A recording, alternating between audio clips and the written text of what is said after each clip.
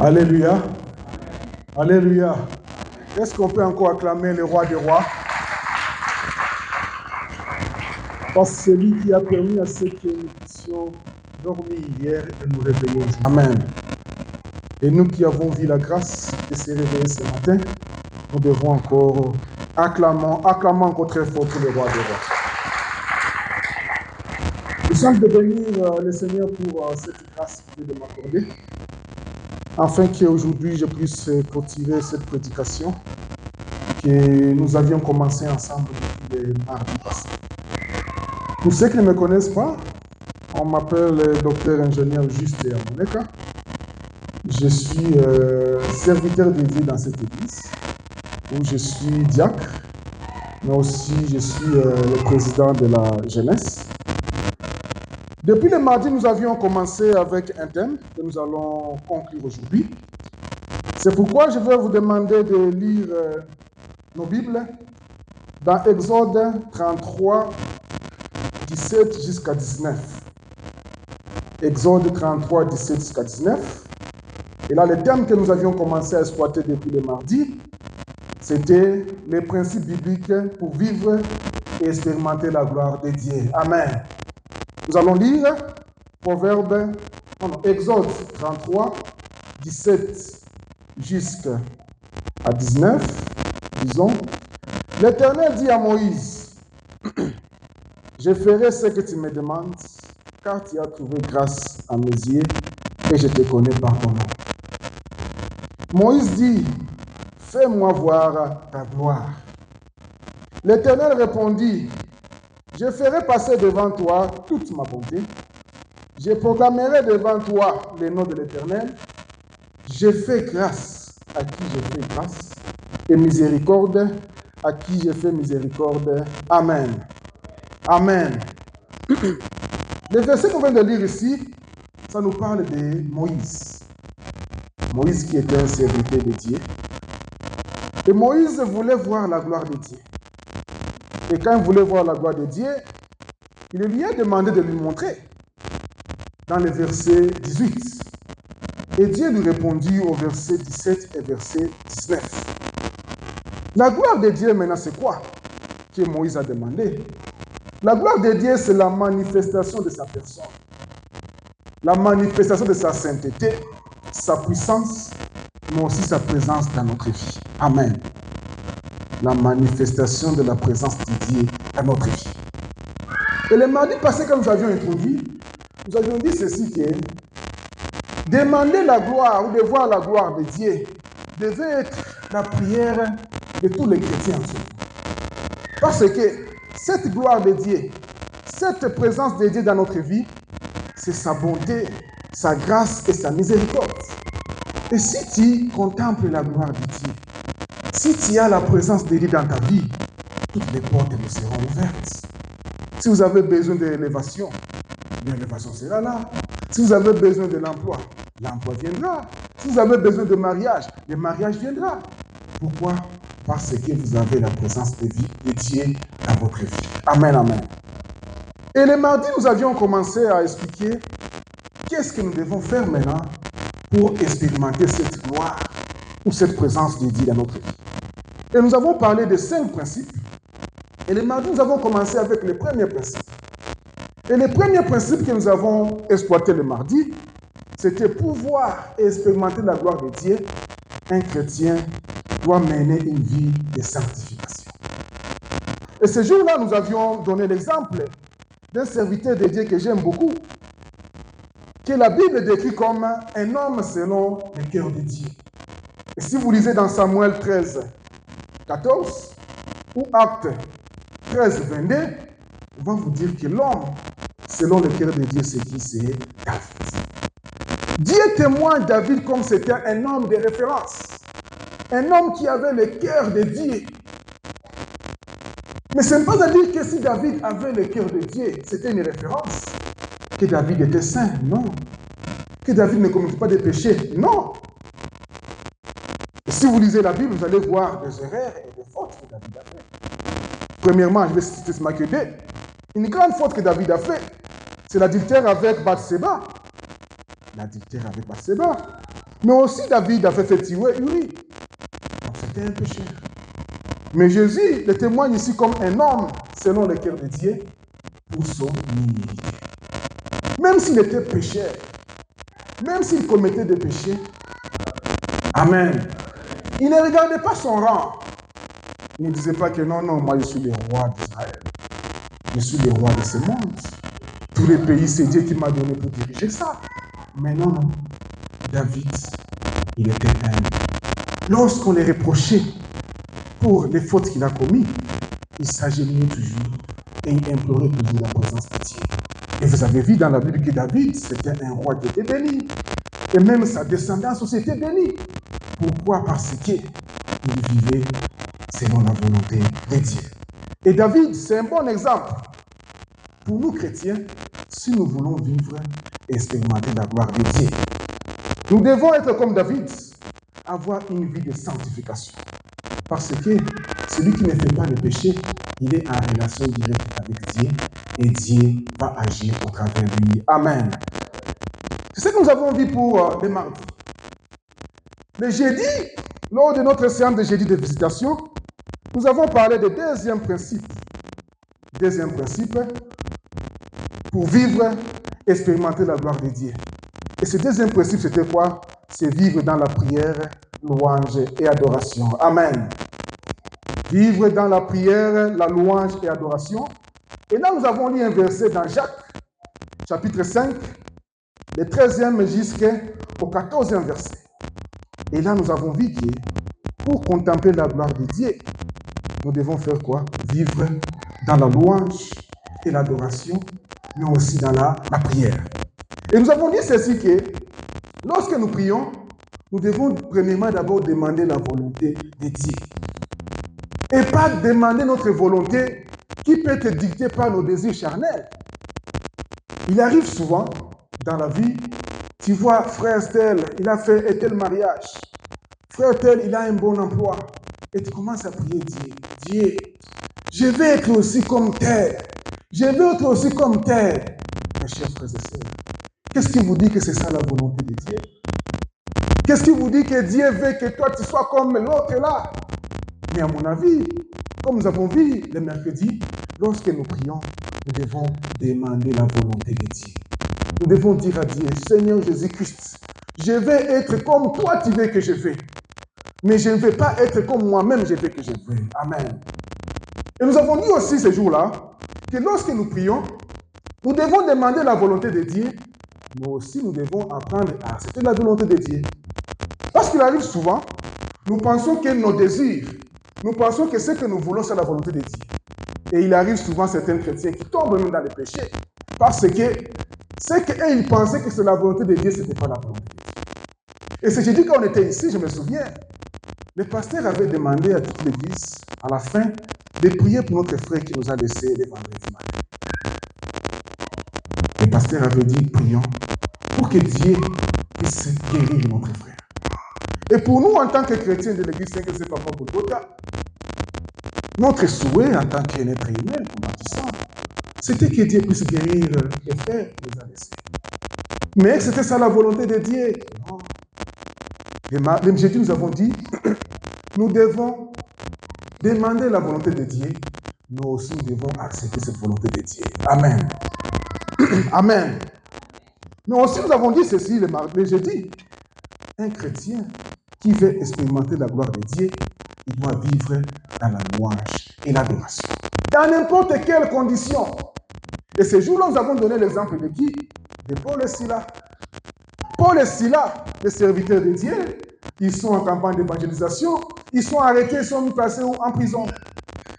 Et si vous visitez des prisons, ce n'est pas un endroit où il faut envie d'aller. C'est des endroits où les conditions sont très difficiles. Mais malgré cela, les serviteurs de Dieu, Paul et Silas, ils n'ont pas régné à faire quoi? À louer et adorer le Seigneur. Et nous savons, nous tous, quelle a été la conséquence ou la suite de cette louange et adoration qu'ils ont fait en prison. Hier, samedi, nous avions continué en exploitant le troisième principe pour vivre et expérimenter la gloire de Dieu. Et ce troisième principe, c'est quoi? C'est l'obéissance. Amen. l'obéissance. Et là, nous avons dit dans Genèse 22, le 2e jusqu'au 3e verset, mais aussi le 15e jusqu'au 17e verset. Et hier, nous avons donné comme exemple, c'est la vie de quoi? La vie d'Abraham.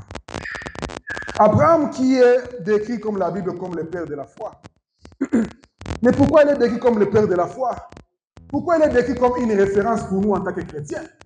C'est parce que David, il était obéissant. Et dans ce verset de Genèse, Abraham, après avoir passé des années et des années dans la stérilité, Dieu lui a béni enfin avec son fils Isaac. Mais après avoir eu le fils Isaac, qui était un cadeau, un miracle pour lui, Jésus-Christ, Dieu encore lui demande, Abraham, offre-moi ton fils Isaac. Je me suis mis à la place de qui? D'Abraham. Tu as fait des années et des années dans la stérilité. Dieu t'a donné un enfant et ensuite Dieu te demande de l'offrir encore. Si c'était un homme actuellement aujourd'hui, vous pouvez dire à Dieu, il faut commencer à prier Dieu. J'ai des biens, j'ai des maisons, j'ai des animaux, j'ai des vaches que je peux t'offrir en holocauste. Pourquoi vous voulez seulement que je puisse offrir mon fils? Abraham, il n'a pas hésité. Mais qu'est-ce qui lui a caractérisé? Il a obéi au Seigneur Jésus-Christ. Amen. L'obéissance, selon la Bible, n'est pas une contrainte, mais c'est une réponse d'amour. Et qui vivait où? À Béthanie, près de Jérusalem. Et Lazare était tombé malade, gravement malade. Et ses sœurs ont envoyé un message à Jésus-Christ pour que Jésus-Christ vienne faire quoi? Guérir leurs frères. Jésus avait reçu ce message que Lazare, il est malade. Mais il est arrivé 4 jours après que Lazare soit déjà enterré. Et c'est là où Marthe maintenant dit à Jésus, Seigneur, si tu avais été ici, mon frère ne serait pas mort. Il dit, si tu étais ici. Il ne sait pas que Jésus-Christ, c'est lui la résurrection. Il ne savait pas que Jésus-Christ, c'est lui la vie. Et Jésus-Christ lui a répondu, je suis la résurrection et la vie. Celui qui croit en moi vivra, même s'il meurt. Amen. C'est pourquoi aujourd'hui, comme 5e principe, chers frères et sœurs, pour vivre et expérimenter la gloire de Dieu, nous devons avoir la foi en Jésus-Christ. En analysant ce verset sur ce chapitre ici, ou en analysant ce miracle ici, je l'ai analysé sous 2 dimensions. Première dimension d'abord, c'est Jean 11, 4. Si je reviens un peu au verset 4. La Bible dit ceci. Après avoir entendu cela, Jésus dit, cette maladie n'est point à la mort, mais elle est pour la gloire de Dieu, afin que le Fils de Dieu soit glorifié par elle. Amen. En première dimension, cette maladie et la mort de Lazare, Jésus voulait que ce soit d'abord une manifestation de sa gloire. Parce qu'il voulait d'abord que Lazare puisse mourir, tomber malade et mourir, afin que lui, il puisse se manifester après. Et deuxième dimension que j'ai retenue ici, c'est la portée spirituelle pour les croyants. Cette histoire ici de Lazare nous invite, nous en tant que chrétiens, à la foi en Jésus-Christ. Même face à la mort, la foi c'est un appel à l'espérance, même dans les situations apparemment sans issue. Même devant la mort, nous ne devons pas désespérer. Nous devons toujours avoir espérance que le Seigneur Jésus-Christ, il est là. Et comme il a ressuscité Lazare, comme il a fait beaucoup d'autres miracles, il est toujours là pour nous sauver et pour nous venir en aide. Et si nous avons la foi en Jésus-Christ, chers frères et sœurs, nous allons voir, expérimenter la gloire de Dieu. Amen. Et la foi maintenant, c'est quoi? Si nous lisons dans Hébreux 11, les premiers versets, on va nous dire que la foi, c'est une ferme assurance des choses qu'on espère, une démonstration de celles qu'on ne voit pas. Celui qui s'approche de Dieu doit croire que Dieu existe et il est le rémunérateur de ceux qui le cherchent. Amen. Le matin, on va devenir ici. Je suivais une chanson d'une quinoise. Rémunérateur de ceux qui le cherchent. Celui qui cherche Jésus-Christ, il est toujours rémunéré. Si tu as la foi que Jésus-Christ peut faire quelque chose dans votre vie, mon frère et sœur, tu réussiras dans tous tes projets. Amen. Un bon exemple pour manifester la foi, c'est l'exemple de qui? De Bartimée. Bartimée, c'est une démonstration que la foi nous amène à expérimenter la gloire de Dieu. Comme le savons, Bartimée, dans la Bible, c'était un aveugle. Et comme il était aveugle, il vivait à l'époque de Jésus-Christ. Mais comme il était aveugle, il n'avait jamais vu Jésus-Christ. Même s'il vivait à l'époque où Jésus-Christ était sur la terre, mais il n'avait jamais vu Jésus-Christ. Jamais parce qu'il était aveugle. Il n'avait jamais vu Jésus-Christ guérir les lépreux. Comme on le dit dans Marc 1, le verset 41. Il n'avait jamais vu Jésus guérir les paralytiques. Comme on va le dire dans Marc 2. Il n'avait jamais vu Jésus nourrir des milliers de personnes. Comme on le dit dans Marc 6. Il n'avait jamais vu Jésus guérir des sourds ou des muets. Comme on le dit dans Marc 7. Mais qu'est-ce qui caractérise Bartimée? Il avait entendu parler de Jésus et sa foi était née uniquement de ce qu'il avait entendu. Amen. Il avait seulement entendu parler de Jésus-Christ. Et en entendant parler de Jésus-Christ, sa foi est née là-bas. C'est cette foi qui sauve, qui permet à Dieu d'accomplir des miracles dans la vie de quiconque les manifeste. Il ne croyait pas seulement que Jésus-Christ allait marcher dans Jéricho, non.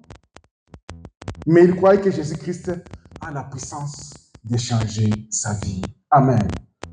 Et Jésus dira après, dans Jean 20, 29, « Heureux ceux qui ont vu et qui ont crié. Amen. » La foi en Dieu est une des principes qui doit caractériser un chrétien, afin de voir et expérimenter la gloire en l'Éternel. Et aujourd'hui, c'est un appel à l'espérance. Même dans les situations apparemment sans issue, nous devons toujours espérer que Jésus-Christ peut faire quelque chose dans notre vie.